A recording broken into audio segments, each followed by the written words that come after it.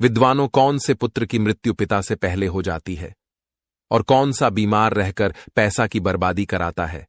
कौन सा पुत्र मां बाप को घोर दुखी रखता है? विद्वान श्रोताओं, आपने अपने जीवन में ऐसी अनेक घटनाओं को देखा और सुना होगा कि किसी का पुत्र मर गया, किसी का पुत्र बहुत बीमार रहा और खूब पैसा खर्च कर इलाज कराया, लेकिन फिर भी भगवान को प्यारा हो गया। बेचारे का अकेला पुत्र था। अक्सर मां बाप को यह कहते भी सुना होगा कि ऐसा दुष्ट पुत्र भगवान किसी को भी न दे, क्योंकि ऐसा पुत्र मां बाप को कठोर से कठोर दुख देता है। परंतु क्या आपने कभी इन बातों पर विचार किया कि ऐसी घटनाएं क्यों होती हैं? तो आइए इन सभी सवालों के जवाब इस वीडियो में मिलेंगे। वीडियो अंत तक जरूर देखें और यदि आपको यह वीडियो पसंद आए तो लाइक कर लें। तो मेरे विद्वान श्रोताओं, यह वीडियो आरंभ करते हैं। एक समय की बात है, माता पार्वती और भगवान शिव कैलाश पर्वत पर विराजमान थे। माता पार्वती भगवान शिव से कहने लगी, हे प्रभु, मैं आज इस संसार के कल्याण के लिए आपसे यह जानना चाहती हूं कि कौन से पुत्र की मृत्यु पिता से पहले हो जाती है। और कुछ संतान मां बाप को दारुण दुख देते हैं, मां बाप को पानी तक नहीं पिलाते हैं। हे भगवान भोलेनाथ, कुछ मां बापों की संतान तो माता पिता को अपमानित करने और पीटने से भी नहीं चूकते हैं, जबकि कुछ मां बापों की संतान बड़ी संस्कारवान होती है, जो माता पिता को सुखी रखते हैं। पार्वती जी कहने लगी, हे प्रभु, यह भेदभाव क्यों किया जाता है? भगवान शिव कहने लगे, हे पार्वती जी, ध्यान से सुनो, मैं तुम्हारे सभी सवालों के जवाब इस छोटी सी कहानी के माध्यम से देता हूं। जो प्राणी इस कहानी को पूरी सुनेगा, उसके घर में संतान हमेशा सुखी रहती है। शिव जी कहने लगे, हे पार्वती जी, प्राचीन काल की बात है। अवंतिका नगरी में एक गरीब किसान धन्नु अपने परिवार के साथ रहता था। धन्नु अपने परिवार का पालन भी नहीं कर पा रहा था। वह बहुत दुखी रहने लगा और उसका परिवार भूखा मरने लगा। परिवार की यह दशा देखकर धन्नु मन में विचार करने लगा कि मुझे अपनी जमीन जायदाद बेच देनी चाहिए और परिवार का पालन करना चाहिए। परिवार को बचाने के लिए धन्नु ने अपनी जमीन बेच दी। जमीन बेचने पर जो धन मिला, उसे एक फटे पुराने थैले में रखकर घर की तरफ चल दिया। पैदल चला जा रहा था। मन विचार कर रहा था कि आज मेरा परिवार भर पेट भोजन करेगा। परंतु हे पार्वती जी, धन्नु को रास्ते में प्यास लगी। वह पानी पीने के लिए एक सेठ की दुकान पर आ गया और सेठ से कहने लगा, हे सेठ जी, मुझे बहुत तेज प्यास लगी है, मुझे पानी पिला दीजिए। उस सेठ ने उसे पानी पिलाने के बहाने अपनी दुकान के अंदर बुला लिया था। धन्नु सेठ की चालाकी नहीं पहचान पाया। धन्नु दुकान के अंदर आराम करने लगा और कुछ समय बाद वहां से चल दिया। परंतु जो रुपयों का थैला था, वह उस सेठ की दुकान पर ही रह गया था।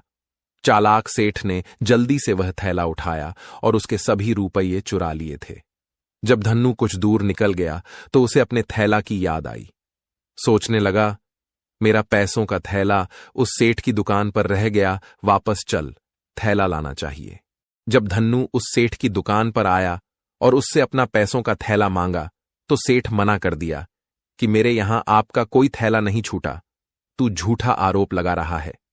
धन्नु ने उस धूर्त सेठ से बहुत अनुनय विनय की हाथ जोड़े, परंतु उस दुष्ट ने धन्नु का पैसों से भरा हुआ थैला वापस नहीं दिया। शिवजी कह रहे हैं, हे पार्वती जी, धन्नु की सारी जमीन जायदाद का पैसा खो चुका था। वह बेचारा गरीब उस सदमा को सहन नहीं कर पाया और मार्ग में ही धन्नु की हृदयाघात से मौत हो गई। धन्नु की मृत्यु के बाद उसका पूरा परिवार भूखा मर गया। धन्नु का घर उजड़ गया था। वह धूर्त और लालची सेठ पैसों का थैला पाकर बहुत खुशी हुआ। हे पार्वती जी, इस संसार का परम सत्य है कि किसी धन चुराया या छीना तो उसका वह चुराया गया धन रूपी कर्ज ब्याज सहित चुकाना होता है। धीरे धीरे समय निकला। सेठ जी धन्नु के पैसों से धनवान हो गया। कई दुकान और खोल दी गई। धन्नु का पैसा सेठ को ऐसा फलीभूत हुआ कि सेठ उस नगर के सबसे बड़े सेठों में गिना जाने लगा। परंतु उस लालची सेठ के कोई संतान नहीं हुई। वह सेठ संतान के कारण दुखी रहने लगा। सेठ ने वैद्य डॉक्टरों को दिखाया, परंतु कोई लाभ नहीं मिला। हे पार्वती जी, उस सेठ ने चौथेपन में बहुत धन खर्च करने पर एक पुत्र का जन्म हुआ।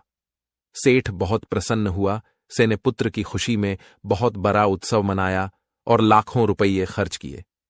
अब तो सेठ का वह दुख भी मिट गया था। धीरे धीरे सेठ का पुत्र जवान होने लगा। सेठ की खुशी का ठिकाना नहीं रहा। परंतु कर्म फल से कोई नहीं बच सकता है। जैसी करनी वैसा फल, आज नहीं तो निश्चित कल। हे पार्वती जी, उस सेठ का पुत्र अचानक बीमार हुआ। सेठ ने उसे अच्छे से अच्छे डॉक्टर को दिखाया, परंतु कोई आराम नहीं हुआ था। सेठ का इकलौता पुत्र बीमार हो गया।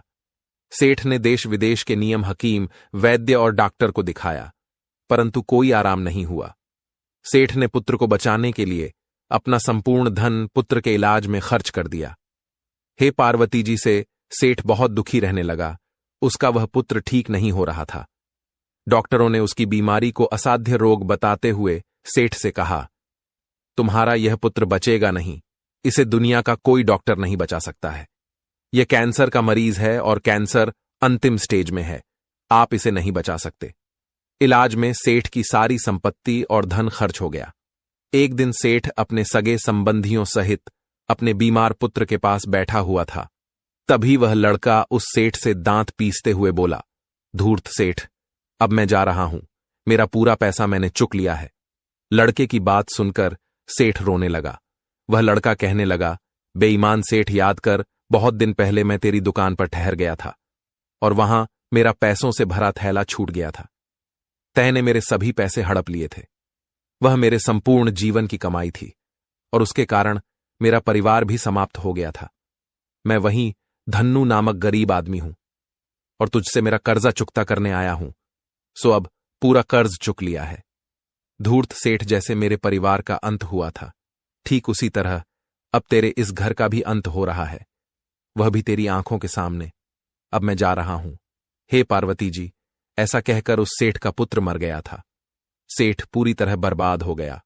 पुत्र के इलाज में सभी धन खर्च हो गया था। सेठ के कोई संतान नहीं थी, इसलिए उस धूर्त सेठ के घर का अंत दिखाई देने लगा। सेठ बहुत घबरा गया, उसका धन खर्च हो गया, पुत्र मर गया।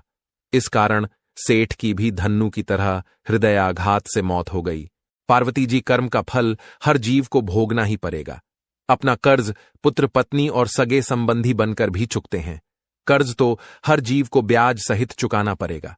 हे पार्वती जी, इस दुनिया में कर्ज लेकर कभी नहीं मरना चाहिए, नहीं तो कर्ज चुकाने के लिए आपको गधा, ऊंट, बैल आदि बनकर भी जन्म लेना पड़ेगा। हे पार्वती जी, इस दुनिया में जो पुत्र अपना कर्ज चुकने आता है, उसकी मृत्यु अपने पिता के सामने ही हो जाती है। ऐसी संतान ही दारुण दुख देती, क्योंकि हर जीव अपना बदला लेने के लिए ही पृथ्वी पर आता है और किसी न किसी तरह अपने कर्ज को चुकता है। इसलिए हे पार्वती जी, कभी किसी का पैसा खाकर न मरे, नहीं तो उन पैसों के कारण जीवन भर दुख उठाना पड़ेगा।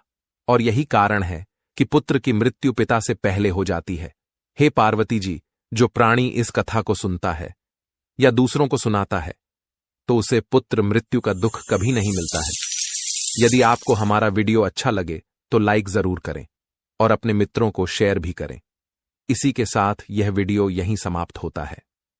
जय हिंद, जय भारत।